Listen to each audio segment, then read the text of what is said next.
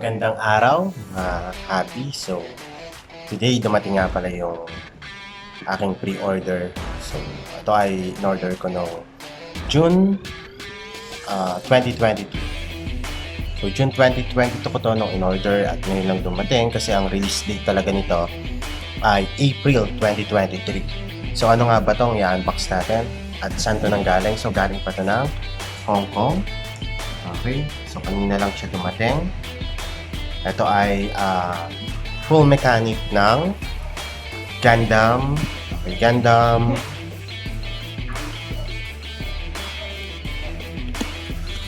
Unbox natin siya. Full mechanic ng Aerial Gundam. Alam naman natin na trend ngayon yung Aerial Gundam. So meron na ako nung HG niya. HG pa lang kasi yung naunang nilabas, so HG yung nauna kong ibinild. Ngayon, nag-order ako nitong FM or full mechanic na Gundam. So, ang size nito kasi ay halos kasay siya ng MG pero yung detail niya ay para lang din HG.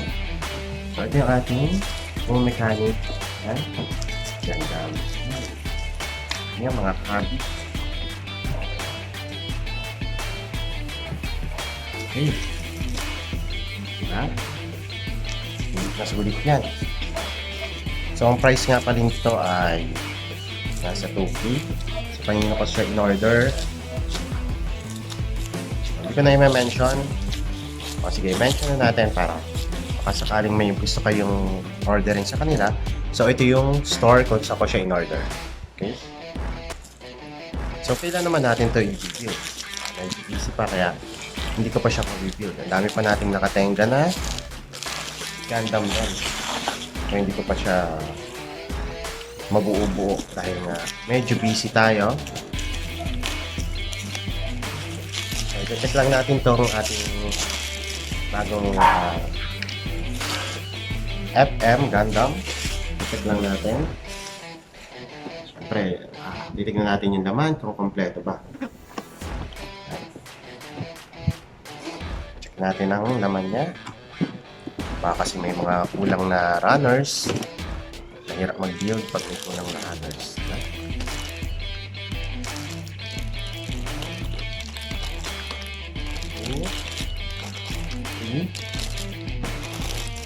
4 na 5 and 6. Tingin ko naman kompleto siya. So, kasama na rin ang ating manual.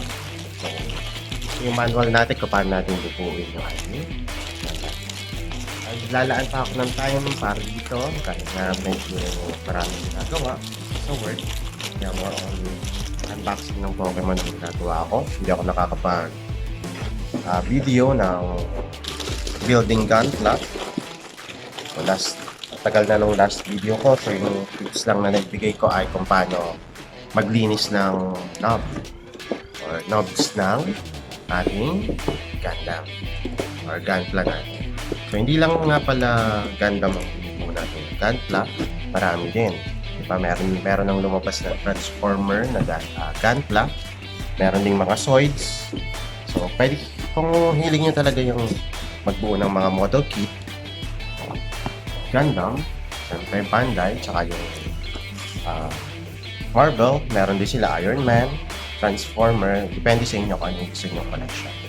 So ito yung additional sa ating collection. So aside nga pala dito, meron ako dumating din na Pokemon Booster Pack. So ano yung Pokemon Booster Pack natin? So ito yung Japanese version. So ito yung Japanese version natin ng Scarlet and Violet. So, Japanese version din natin ng V-Star, Pokemon V-Star. Ayan. Ito pa yung ating another Pokemon V-Star. So, unpack natin siya ngayon. Meron naman tayong magawa. Yung nga palang winner ko, isa yung nag-comment. So, siya na yung mananalo ng ating bundle. So, isang bundle booster. Bundle cards. Nasa tin can. So, hinihingi ko lang yung kanyang details.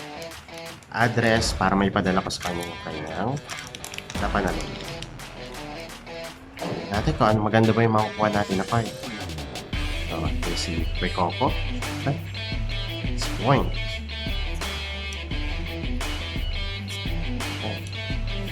And we have Hatman. Nag-try lang naman tayo. So another, we have this B-Max or B-Star. Japanese version. Medyo mahal ang booster nito.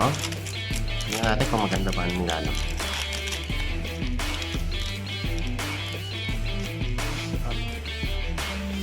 Lapit ako na kagad.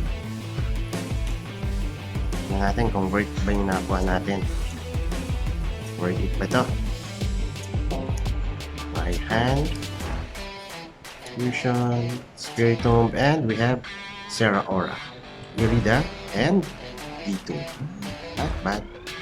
So sabi nga nila, nakita ko sa US may gumagamit ng Japanese version ng cards. Tingin ko naman pwede rin natin gamitin ito dito sa ating pagkaya magkakaroon. Another B-Max or B-Star booster pack. Para lang booster pack ng mga fake cards yung booster pack nila. Para makita nyo syempre may pagdating dito, di ba? Ganyan ang original, unlike mga fake ones. Wala yung texture dito sa itaas ng booster pack. Natin kung maganda rin yung makakuha natin dito.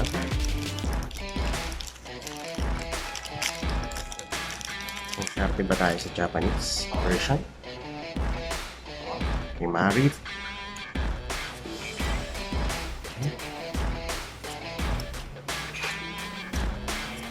And Serra Aura. Okay, another Serra Aura. So, we have Serra Aura B and Serra Aura B Max. So, ito yung ating mga nakuha. Okay, so hanggang dyan lang muna ang ating video. Wait na lang tayo pag may time tayo. Susunod, mag-build na tayo ng ating gun plan. Okay, goodbye guys, mga kahabi.